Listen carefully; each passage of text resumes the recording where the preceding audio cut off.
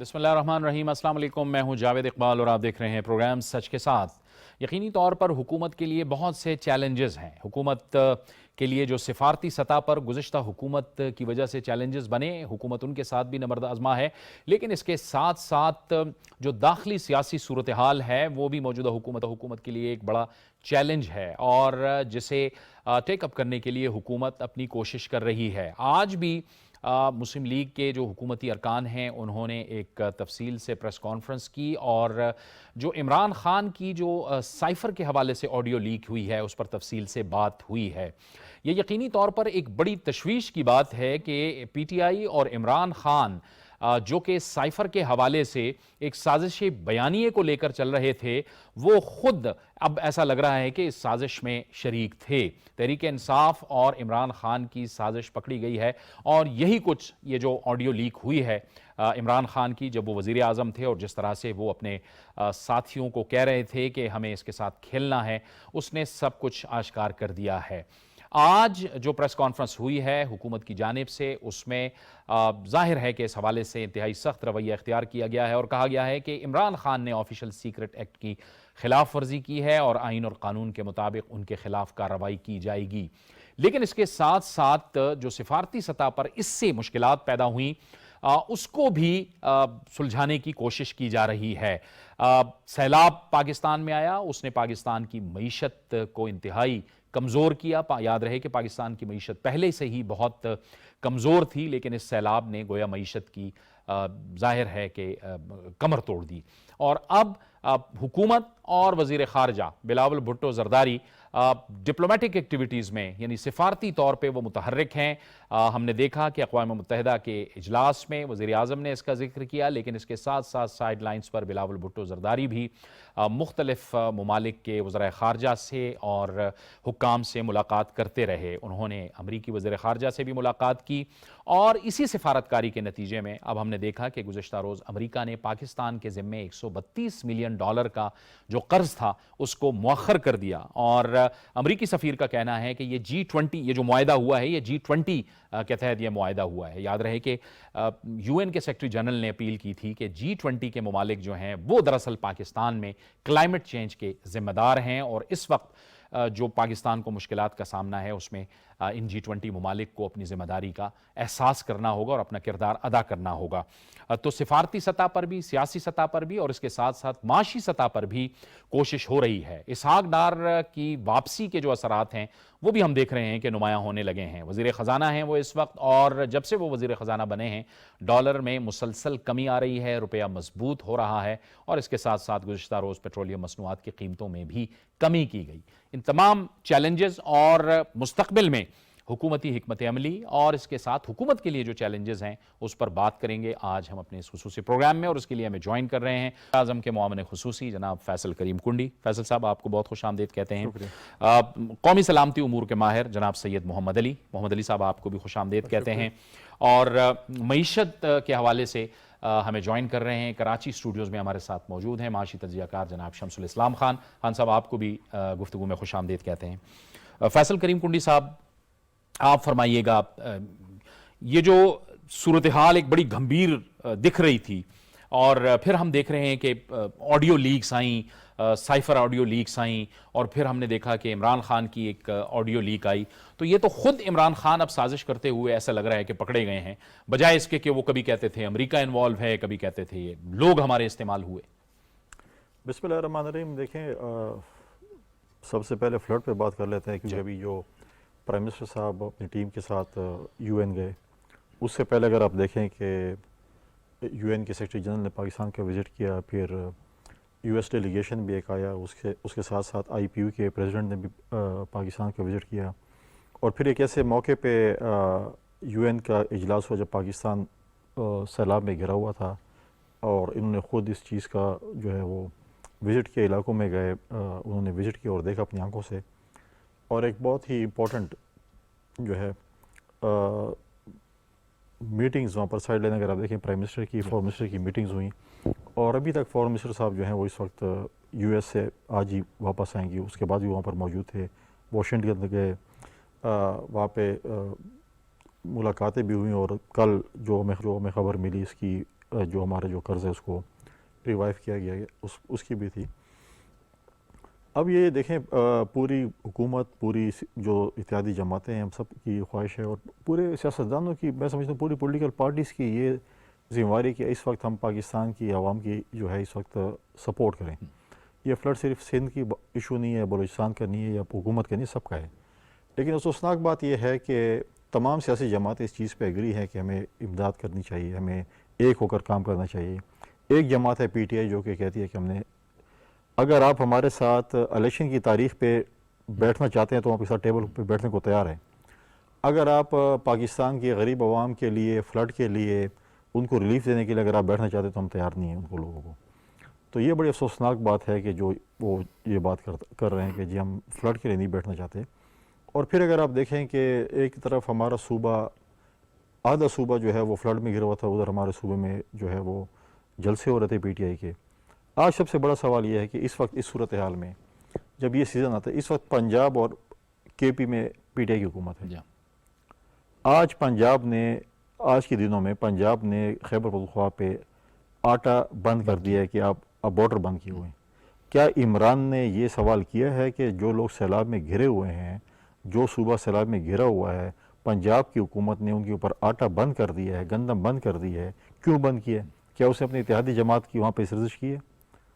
انہوں نے نہیں کی. ان کو پرواہ نہیں ہے. وہ کہتا ہے کہ بس مجھے بتائے کہ میں اقتدار میں کیسے جا سکتا ہوں، چاہے مجھے جس چیز کی بھی قربانی دینی پڑی.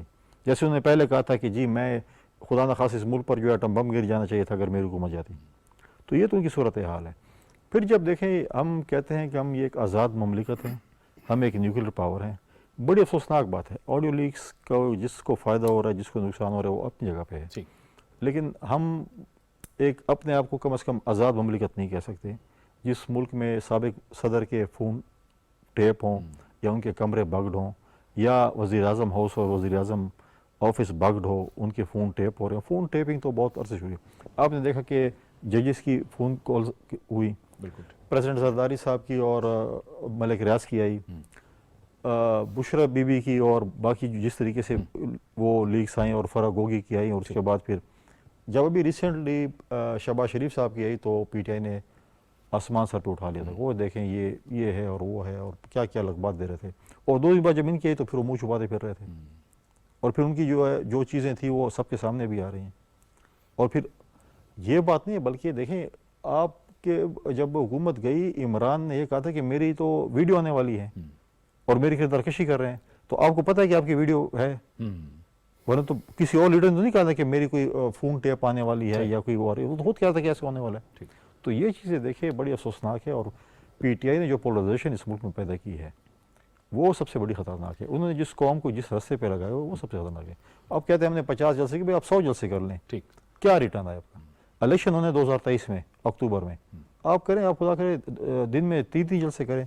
لیکن ہمارا سوال یہ ہے کہ آپ نے جو کہا تھا کہ آپ نے بھی 15 ارب روپے جمع کیے ہیں، وہ 15 روپے کہاں ہے؟ وہ آپ کب پاکستان کی غریب عوام سے لفظ عوام میں خرچ کریں گے؟ ایسا نہ ہو کہ آپ 1 کروڑ نوکری اور 50 لاکھ گھروں کی طرح اس کو بھی جو ہے وہی خواب نظر آ جائے اور 15 روپے جو ہے جس طرح آپ نے پروہیبٹڈ فنڈنگ میں جو زکوٰۃ خیرات کے پیسے آئے تھے اپنے اس کے لیے خرچ کر لیے، پروجیکشن کے لیے، اپنی پارٹی پہ خرچ کر لیے. ایسا نہ ہو کہ یہ بھی اس طریقے سے چلے جائیں. محمد علی صاحب وہی فیصل کریم کنڈی صاحب کی بات کو لے پڑھتے ہیں کہ ترجیحات کا جو تعین ہے وہ ٹھیک نہیں ہے. یعنی اس وقت ہم دیکھ رہے ہیں کہ باقی ساری جماعتیں جو حکومتی اتحاد میں شامل ہیں وہ تو سیلاب اور فلڈ کی بات کر رہی ہیں. قومی سلامتی پہ تو ہم بعد میں بات کریں گے. لیکن اس وقت ہماری ترجیح کیا یہ ہونا چاہیے کہ ہم ایک پارٹی جو ہے وہ حکومت کے ساتھ بیٹھ کے انتخابات کا فیصلہ کرے، جلسے جلوس کیے جائیں، یلغار کی جائے اسلام آباد کے اوپر، یا جو سیلاب سے متاثرہ لوگ ہیں جس کے لیے ہم پوری دنیا کو کہہ رہے ہیں کہ آپ آئیں ہمارے ساتھ بیٹھیں، ہمارے نقصان کو دیکھیں، مدد کریں. کلائمیٹ چینج ایک بہت بڑا ایشو ہے پوری دنیا کے لیے جس نے پاکستان کو آ لیا ہے. اس پہ بات کرنی چاہیے ہمیں. جی بہت شکریہ. یقیناً میں آپ سے ایگری کرتا ہوں.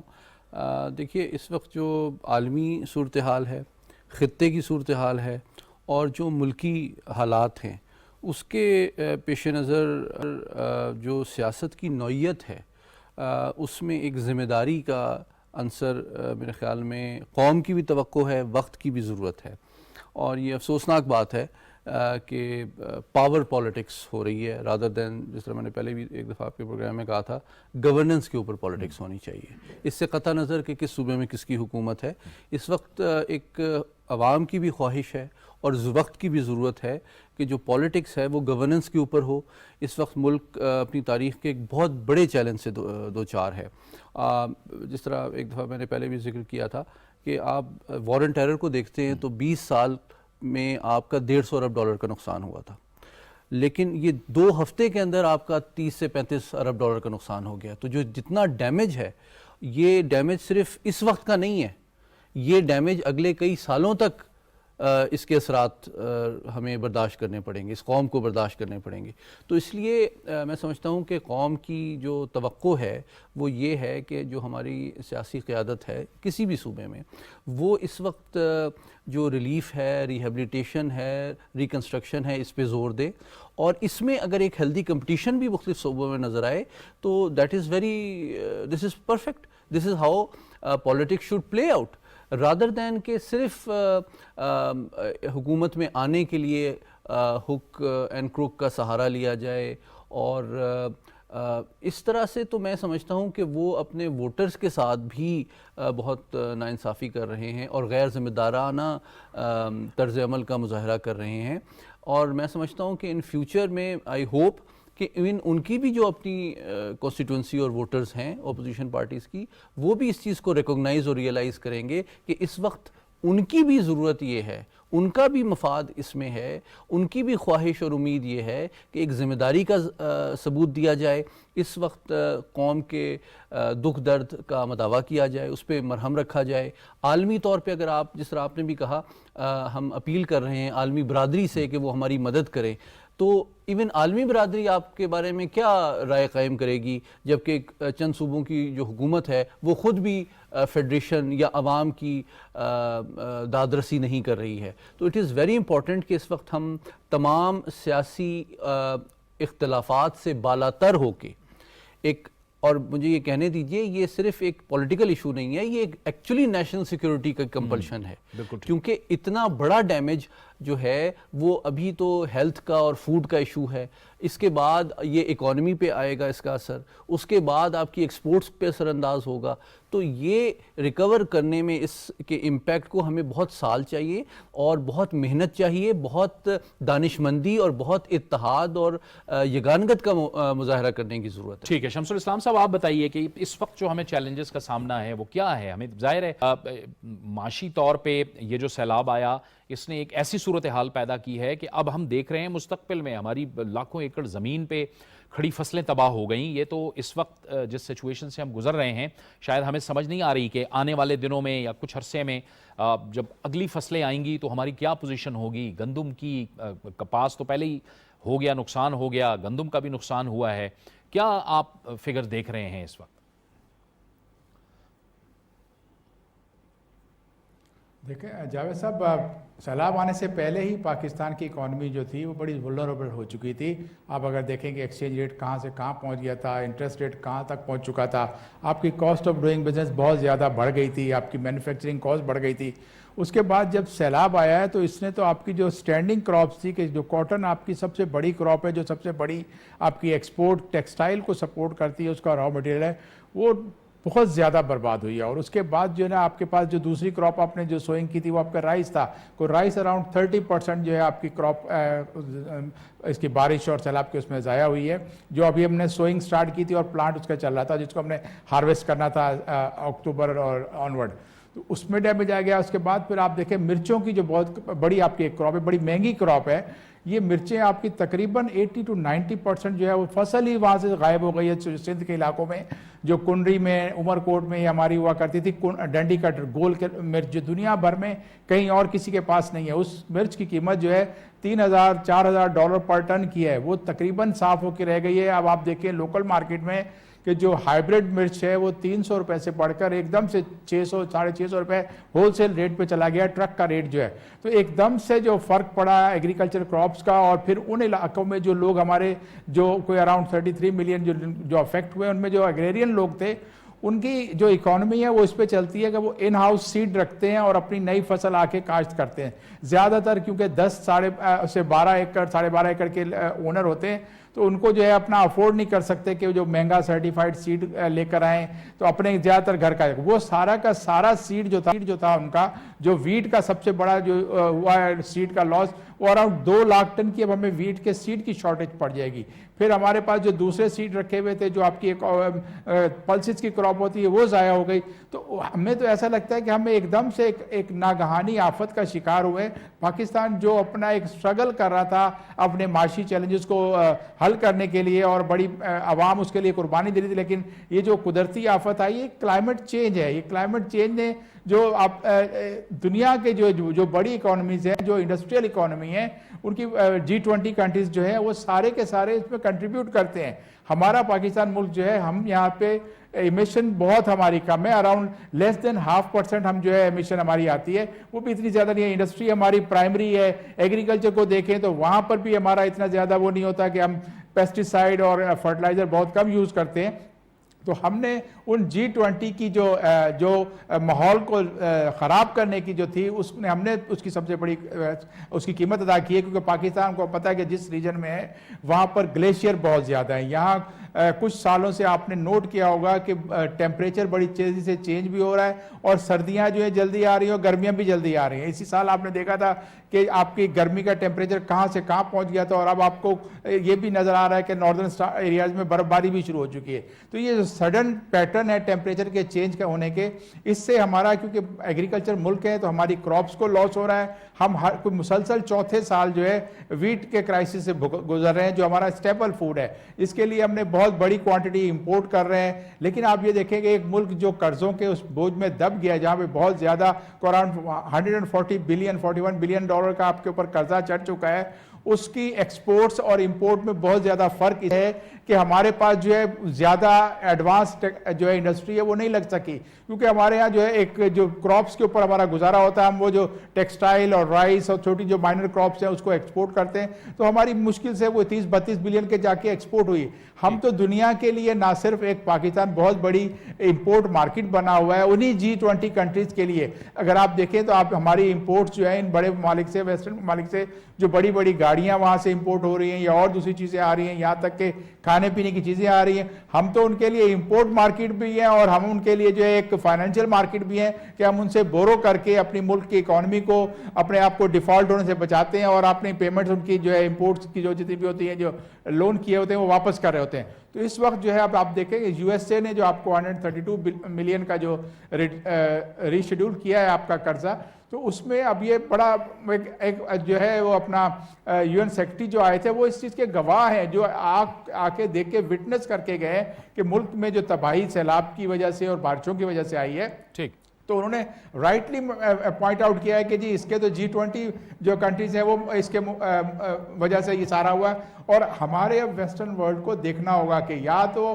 ان کو جو ہے اپنے جو ہمارے جتنے لونز ہیں ان کو ریشیڈول کرنا پڑے گا, کیونکہ سب سے پہلا جو اس وقت اب ضرورت یہ ہے کہ وہ ہمیں ڈیٹ ری پروفائلنگ کرنی ہے. آپ کے جو جتنے کمرشل لونز ہیں یا دوسرے آپ نے جو لون لیے ہوئے جہاں پہ بائیلیٹرل ہیں آپ کے, ان سب کو دیکھ کے آپ کو جب ریشیڈولنگ ہو جائے گی تو ہمیں کچھ ایسا ریلیف کا سائے ملے گا, کیونکہ ہماری ڈومیسٹک اکانومی سیلاب ممالک سے ظاہر ہے. اقوام متحدہ کے سیکرٹری جنرل نے یہ اپیل کی تھی, اور اس کے بعد ہم نے دیکھا فیصل کر صاحب کے انگیج کیا ہم نے ان کے ساتھ, UN کا ہم نے اس کا ہم نے ایک فائدہ اٹھایا. میں آپ کی طرف آتا ہوں, لیکن اس وقت ہمیں ٹیلی فون لائن پہ سابق سفیر عبدالباسط صاحب بھی جوائن کر رہے ہیں. باسط صاحب آپ کو بہت خوش آمدید کہتے ہیں. باسط صاحب آپ فرمائیے گا کہ اس وقت جو ایک صورتحال بنی ہوئی ہے سیلاب کے نتیجے میں, اور پھر ہم نے دیکھا کہ امریکہ نے بھی اپنا جو پاکستان کو قرض دیا ہوا تھا اس کو ری شیڈیول کیا, پھر ہم نے دیکھا کہ UN کے اندر وزیر اعظم اور وزیر خارجہ نے بھی انگیج کیا مسلسل لوگوں کے ساتھ. آپ سمجھتے ہیں کہ یہ جو انگیجمنٹ ہے یہ فروٹفل رہی ہے, اور کچھ نتائج تو اب آ رہے ہیں, بعد میں بھی ہم توقع رکھیں کہ نتائج بہتر آئیں گے, اور دنیا کے ساتھ ہماری انگیجمنٹ جو ہے وہ ایک مثبت سمت میں آگے بڑھ رہی ہے؟ دیکھیے انگیجمنٹ تو پہلے بہت شکریہ, انگیجمنٹ تو ہمیشہ ہی یوزفل ہوتی ہے, کیونکہ سفارتکاری کو ایک پروسیس کے طور پہ لینا چاہیے, کوئی ایونٹ نہیں ہوتا. UNGA کا سیشن تو اب ختم ہو گیا, لیکن اس پروسیس کو جاری رہنا چاہیے اور وہ انگیجمنٹ کے ذریعے ہی ہوتا ہے مختلف لیولز پہ. اس میں ضروری اب تو دیکھیں وزیر اعظم نے وزٹ بھی کر لیا, فرانس نے ڈونرز کانفرنس کی بھی پیشکش کی ہے, یو این سیکرٹری جنرل نے بھی فلیش اپیل کی تھی. تو تمام چیزیں ہو گئی ہیں. اب ان کو انیشیٹوز کو سسٹین کرنے کی بات ہے, فالو اپ کرنے کی بات ہے. وہ میرے خیال میں ہمارے ہاں یوزلی بائی اینڈ لارج کی کیپیسٹی نہیں ہوتی. ہم انیشیٹوز لے لیتے ہیں لیکن پھر ہم کچھ عرصے کے بعد چیزوں کو بھول جاتے ہیں. پھر اس کا ایک پہلو اور بھی ہے, انٹرنیشنل اسسٹنس بھی بہت ضروری ہے. ٹھیک ہے ہماری جو اس وقت اکانومی کی صورتحال ہے وہ ہم سب کے سامنے ہے, لیکن ہمیں اپنے اندر بھی اقدامات لینے ہیں تاکہ جو سیلاب کی صورتحال سے جو پیدا ہوئی ہے بارشوں سے, فلڈ سے, وہ دوبارہ ایسی صورتحال پیدا نہ ہو. ہمیں اپنا بھی انفراسٹرکچر ڈیولپ کرنا ہے. ریلیف, ریہیبلیٹیشن, یہ سب چیزیں بہت ضروری ہیں, لیکن ساتھ ساتھ لانگ ٹرم پلاننگ بھی بہت ضروری ہے تاکہ اس قسم کی صورتحال دوبارہ پیدا نہ ہو.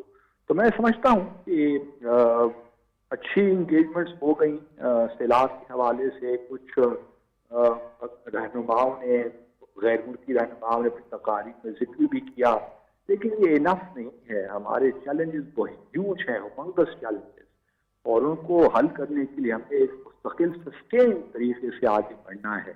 اور اسی حوالے سے اتنا ہی کہا جا سکتا ہے فی الحال, اور میں اس کا میں نے شروع میں عرض کیا, یہ ایک پروسیس ہے, بس اس پروسیس کو ہم نے کنٹینیو کرنا ہے ایکسٹرنلی بھی اور انٹرنلی. ٹھیک ہے باز صاحب آپ ہمارے ساتھ رہیے. فیصل کریم کوٹی صاحب آپ فرمائیے گا کہ ہم نے انگیج کیا ہے, ہم نے دیکھا ہے کہ سابقہ حکومت میں جو معاملات آگے بڑھے اور پھر ہم نے ایک سازشی بیانیہ عمران خان نے دیا, اس کے بعد امریکہ کے ساتھ ہمارے تعلقات اور ظاہر ہے یورپ کے ساتھ ہمارے تعلقات تھوڑے سے ہم نے دیکھا کہ کچھ فاصلے بڑھے. تھوڑا سا آپ سمجھتے ہیں کہ ڈیمیج جو ہے وہ ریپیئر ہو رہا ہے؟ دیکھیں بہت سا ڈیمیج ریپیئر ہو چکے ہیں. ماضی کی حکومت نے جو ہمارے دوستوں کے ساتھ تعلقات تھے ان کے ساتھ جو کیا, پھر بہت قریبی دوستوں کو اگر دیکھیں چائنا کے ساتھ جو تعلقات انہوں نے کیے, ترکی کے ساتھ جو کیے, سی پیک کا ایک بہت بڑا پروجیکٹ جو اس خطے کی گیم چینجر تھا, اس کے اوپر جس طریقے سے بریکیں لگیں, پھر اپنے پڑوسیوں کے ساتھ جو ہمارے تعلقات جس نہج تک پہنچے, تو بہت زیادہ گیپ تھا. اور اس میں اگر آپ دیکھیں کہ جب یہ حکومت آئی اور فورن منسٹر نے اس سے پہلے بھی یو ایس کا وزٹ کیا, پھر وہ چائنا بھی گئے, ایران بھی گئے, سعودی عربیہ بھی گئے, ٹرکی بھی گئے, اور ابھی جو یو این کا جو ایک وہ تھا سیشن تھا جس میں پوری ٹیم پرائم منسٹر کی سربراہی میں گئی. ہمیں دنیا کو یہ باور کرانا ہے کہ یہ کوئی کلائمیٹ چینج جو ہے وہ صرف پاکستان کا مسئلہ نہیں ہے. یہ جو دنیا نے جو مسئلہ کریٹ کیے, ہم جیسے ایک ون لائنر ہے کہ جو پولوٹرز ہے who have polluted this region or whatever, تو پولوٹرز پہ جو ہمارے جو نقصانات ہوئے ہیں کوئی یہ نہیں ہے کہ پاکستان کی وجہ سے ہوئے ہیں, کلائمیٹ چینج کی وجہ سے. اور دنیا میں کلائمیٹ چینج کیوں ہوا ہے, انہی کی وجہ سے, اور ان کو یہ چیز ہوئی. اب اگر آپ فوڈ سیکورٹی کی اگر آپ بات کریں, جو بھی بات ہو رہی تھی, دیکھیں آپ کے جو گنے کی فصل ہے اس وقت آپ کی چینی جو ہے وہ بہت کم مقدار میں ہوگی, کیونکہ گنا جو کھڑا ہے وہ تقریباً تباہ ہو چکا ہے. اس کے بعد آپ گندم کی کاشت کرنے سے میں نہیں سمجھتا کہ گندم کاشت ہو سکتی ہے. اور اس کے بعد جس طریقے سے آپ کی سبزی ہے, باقی چیزیں ہیں, یہ چیزیں, چاول آپ کا جو ہے وہ تباہ ہو چکا ہے. تو یہ آپ کا جو اریگیشن سسٹم ہے, سب سے بڑی بات یہ ہے کہ وہ اس وقت جو ہے وہ تباہ, مطلب ٹوٹا پھوٹا ہوا, اس کو آپ کو ریپیئر کرنا ہے. بہت سی ایسی چیزیں ہیں. پھر آپ کو یہ جو ریہیبلیٹیشن ہے وہ کوئی ایک دن کا کام نہیں ہے. ریہیبلیٹیشن جو ہے اس میں آپ کو 2-3 سال تو بہت ہی, اگر آپ سپیڈ اپ کریں تو آپ کو لگیں, کیونکہ بلوچستان میں 30 ضلع ہیں اور سندھ میں 22 سے 25 ضلع ہیں. اس طرح ساؤتھ پنجاب ہے, کے پی ہے, جی بی کے کچھ علاقوں میں جو ہے وہ یہ چیز ہوئی. تو یہ بہت بڑا ہمیں جو ہے اس پہ جو ہے ایک کام کرنا پڑے گا. اور اس پہ اب دیکھتے ہیں کہ اور دنیا کو ڈیفینیٹلی پاکستان کی سپورٹ کرنی چاہیے اس کے اوپر, کیونکہ دنیا میں ہم کہتے ہیں جو وار آن ٹیرر تھی وہ ہم تو اون کرتے کہ ہماری جنگ ہے. ماضی کی حکومت نے ہمیشہ یہ کہا کہ جی یہ پرائی جنگ ہے. کیا انہوں نے اس 4 سالہ دور میں کہا کہ یہ ہماری جنگ نہیں ہے؟ انہوں نے بھی اون کیا, لیکن کبھی انہوں نے آفیشیل سٹیٹمنٹ نہیں کہ ہماری جنگ نہیں اور ہم جنگ سے نکل آئے. ہمارے لوگوں کی قربانیاں, جو ہمارے فوجی جوان شہید ہوئے ہیں, پولیس ہوئی ہے, سویلینز ہوئے ہیں, ان کی جو شہادتیں ہیں, قربانیاں ہیں, وہ ہم کیسے رائے گاہ جا سکتی ہیں؟ لہٰذا یہ چیزیں ہیں جس پہ ہمیں بڑا جو ہے وہ سنجیدگی سے جو ہے غور کرنا پڑے گا. اور میں سمجھتا ہوں کہ سفارتی محاذ پہ اس وقت ہم ایک اچیومنٹ کی طرف جا رہے ہیں. ہم لوگ اپنے دوستوں کے ساتھ, اپنے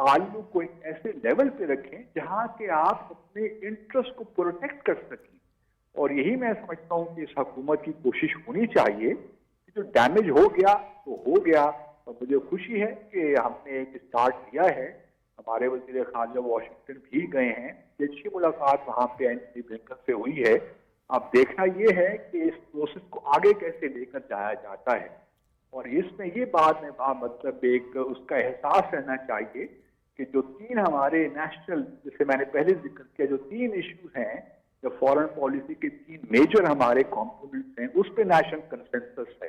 اس کو توڑے بغیر یا اس کو زخم پہنچائے بغیر ہم کس طرح آگے بڑھتے ہیں اور باقی ممالک سے انگیج کرتے ہیں, وہاں سے انویسٹمنٹ لاتے ہیں, اپنی ایکسپورٹ بڑھاتے ہیں, جو اب فلڈس سے چیلنجز آئے ہیں ان کے ساتھ نبرد آزما ہوتے ہیں. یہ تمام وہ چیزیں ہیں. اور پھر ڈپلومیسی میں ڈفرینٹ ٹولز ہیں ہمارے. آج چیف شاید واشنگٹن کا دورہ کر رہے ہیں. یہ ملٹری ڈپلومیسی ہے, اکنامک ڈپلومیسی ایک الگ ایریا ہے, پبلک ڈپلومیسی کا ایریا ہے. تمام چیزوں کے ملٹی پرونگ جو ایریاز ہیں ہمیں آگے بڑھ کر پاکستان کے مفادات کو پروٹیکٹ کرنا ہے, اس کو آگے بڑھانا ہے. اور یہی میں سمجھتا ہوں کہ اس حکومت کا فوکس ہونا چاہیے. بہت بہت شکریہ عبد الباسط صاحب, ہم سے گفتگو کر رہے تھے. اور محمد علی صاحب, بڑا اہم نقطہ انہوں نے اٹھایا کہ بہت سی ایسے ہوتی ہیں سفارتی سطح پر جس کو آپ پبلک ڈومین کا حصہ نہیں بناتے, اور یہی کچھ عمران خان نے کیا اس سائفر کو لے کے. یہ اس نے بھی ظاہر ہے قومی سلامتی کے لیے بھی چیلنجز پیدا کیے اور ہماری سفارتکاری کے لیے بھی بڑے چیلنج پیدا کیے. جی بالکل ایسے ہی ہے. میں امبیسڈر صاحب کی بات کو آگے بڑھاؤں. دیکھیں, اگر آپ نیشنل سیکیورٹی کے فریم ورک میں دیکھیں تو 4-5 آپ کو ٹرینڈز نظر آتے ہیں جس میں ایک پازیٹیو ڈیولپمنٹ آپ کو نظر آ رہی ہے.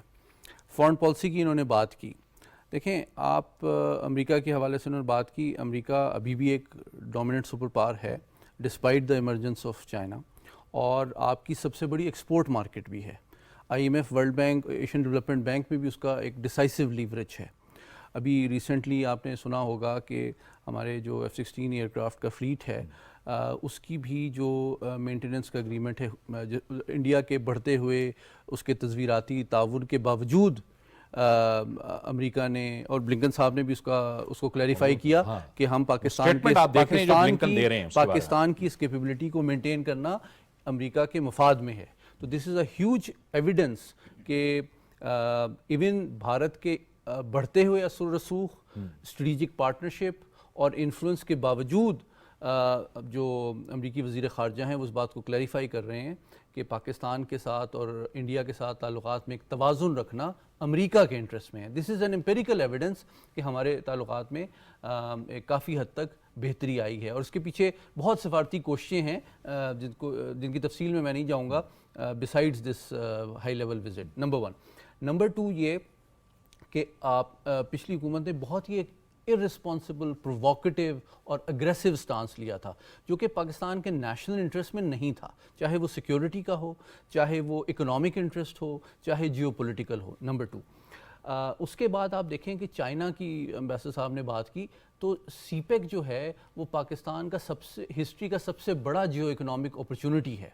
اگر اس میں آپ you drag your fat, you slow down things, اور آپ چائنا کی بھی توقعات پہ پورا نہیں اترتے اور ان کی کمٹمنٹ کو ٹائملی, ایفیکٹولی آپ ڈیلیور نہیں کرتے, تو نہ صرف یہ کہ چائنا کی بھی تشویش میں اضافہ ہوا بلکہ قوم کی جو امیدیں ہیں اور آپ کی ability to convert this infrastructure investment into opportunity and revenue, وہ بھی تو ڈیلے ہوا ہے.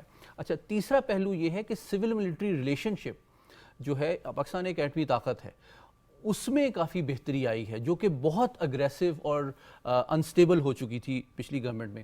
چوتھی بات یہ ہے کہ انہوں نے جو بیانیہ ہے, جیسا سفیر صاحب نے بھی ہلکا سا حوالہ دیا, وہ قومی سلامتی کے بہت حساس معاملات کو وہ اسٹریٹ پالیٹکس کا انہوں نے حصہ بنا لیا. ٹھیک ہے, اور جو ریٹرک ہے وہ بہت ایموشنل اور ریلیجس نیچر کی تھی جو کہ پریگمیٹک ایسٹیوٹ اسٹیٹ کرافٹ کی متقاضی ہے, وہ آپ کو نظر نہیں آئی. تو جب آپ ان تمام چیزوں کو مجموعی طور پہ دیکھتے ہیں تو آپ کو نظر آتا ہے کہ بہت سارے چیلنجز ہیں. سیلاب ہے, اکانومی کے پرابلمز ہیں, کلائمیٹ چینج ہے, گورننس کے ایشوز ہیں, چائنا امریکہ دونوں کے ساتھ تعلقات میں توازن لانا ہے. پھر آپ دیکھیں ابھی جو ایس سی او کی سمٹ ہوئی وہ بھی ایک ہی ہفتہ ہوا ہے, تو آپ کو ایک میچورٹی اور رسپانسبلٹی نظر آ رہی ہے فارن پالیسی میں کہ پاکستان امریکہ کے ساتھ تعلقات بھی ریپیئر کر رہا ہے, چائنا کو بھی پیسیفائی کر رہا ہے, لیکن ساتھ ہی ساتھ ماسکو کے ساتھ بھی تعلقات امپروو کرنا چاہتا ہے. تو آپ ماسکو, چائنا اور واشنگٹن کے ساتھ تعلقات میں ایک بیلنس بھی رکھنا چاہتے ہیں, جو کہ ایک responsible 5th largest population, nuclear power, largest population کے لحاظ سے مسلم کنٹری آفٹر انڈونیشیا سے دنیا توقع کرتی ہے.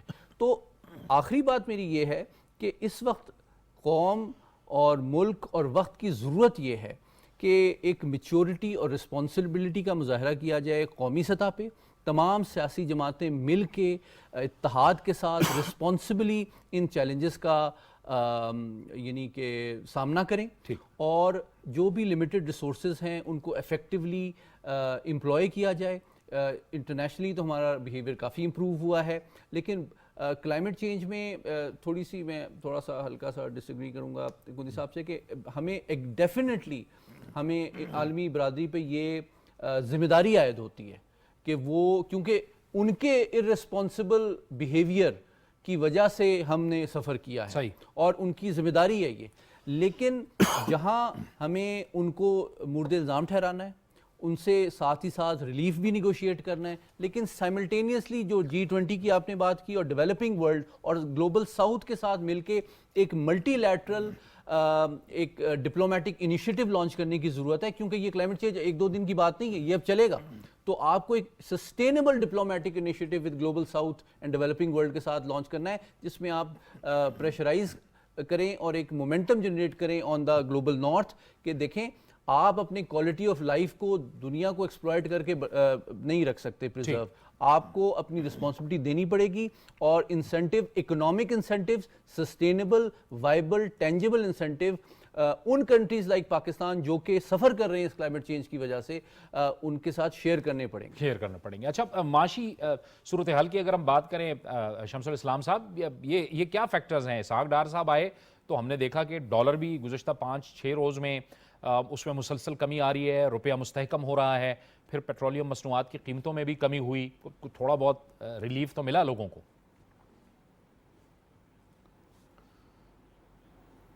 جی جاوید صاحب, آپ کو پتہ ہے پاکستان کی جو مارکیٹس ہیں ان کو کارٹلز کنٹرول کرتے ہیں, اور پچھلے دنوں میں جو ہے کچھ لینینٹ رویہ بہت زیادہ ہو گیا تھا کہ بینک کے کارٹل جو ہے اس کے اندر پیسے بنا رہے تھے, اور بہرحال ہم نے کئی شوز میں یہ بات ہائی لائٹ بھی کی, کراچی چیمبر آف کامرس نے بھی اس کو اٹھایا اور رکھا سامنے کہ جو بینک جو ہے ان نیچرل پروفٹ ارن کر رہے ہیں. اب ڈار صاحب کا کیونکہ ایک آپ کو پتہ ہے کہ ایک امیج ایسا بنا ہوا ہے کہ پھر وہ جب سختی کرتے ہیں تو وہ ٹھیک ٹھاک کرتے ہیں, تو اس کی وجہ سے ان کے آنے ہی سے ہی آپ کے جو ہے ڈالر میں جو نیچے آنا شروع ہو گیا, اور کوئی 239 روپے 65 پیسے کا فرائیڈے کو ریٹ تھا, اور جو کل جو بند ہوا ہے وہ 228 روپے 45 پیسے پہ آ کے بند ہوا. تو یہ ایک اچھا سائن ہے جس طرح سے بھی ہے کہ ڈالر نیچے آئے, کیونکہ انفلیشن جو ہے اس وقت پاکستان کی سب سے بڑی نمبر 1 جو ہے مشکل ہے, جو پرابلم ہے ہر عام آدمی کی, ہر میرے اور آپ جیسے لوگوں کی, وہ مہنگائی ہے. جب مہنگائی اتنی زیادہ ہوتی ہے تو پھر عام آدمی یہ نہیں سوچتا کہ آپ کی جو ہے اکنامکس کیا کہتی ہے, وہ تو کہتا ہے جی میری مشکل آسان کرو کیونکہ میرا گزارا 20,000 میں 25,000 میں نہیں ہوتا. تو اس کا ایک اچھا امپیکٹ آ رہا ہے, اور میں سمجھتا ہوں کہ جو ڈالر ابھی اور مزید نیچے آئے گا. ساتھ ہی اپنے جو کل جو ڈیسیجن لیا کہ پیٹرول کی جو پرائس کم کی ہے 12 روپے 63 پیسے, اور پھر اس کے بعد جو ہے کوئی ڈیزل کی بھی 12 روپے کو 13 پیسے لیٹر کی کمی کی ہے, یہ بھی دونوں چیزیں ہیں کہ جو انفلیشن کو کول ڈاؤن کریں گی. اب فردر جو ہے مجھے لگتا ہے کہ جو انفلیشن جو ہمارے ہاں, کیونکہ آپ کو پتہ ہے یہاں کا جو ہے سپلائی سائڈ کا جو ہے ایشو ہے, ہمارے ہاں جو ہے آپ کو پتہ ہے کہ جب اب انٹرسٹ ریٹ بڑھتا ہے تو نہ صرف وہ حکومت کا جو کاسٹ آف رننگ گورنمنٹ ہوتا ہے وہ بڑھ جاتا ہے, بلکہ جو بزنسز ہیں, جو مینوفیکچرنگ انڈسٹری کرتی ہے, جو ٹریڈ کرتی ہے, اس کی کاسٹ بڑھتی ہے, اور ہر کوئی جو ہے اپنی جو برڈن ہوتا ہے جو کاسٹ کا وہ پاس آن کرتا ہے کنزیومر کو. اس لیے آپ کا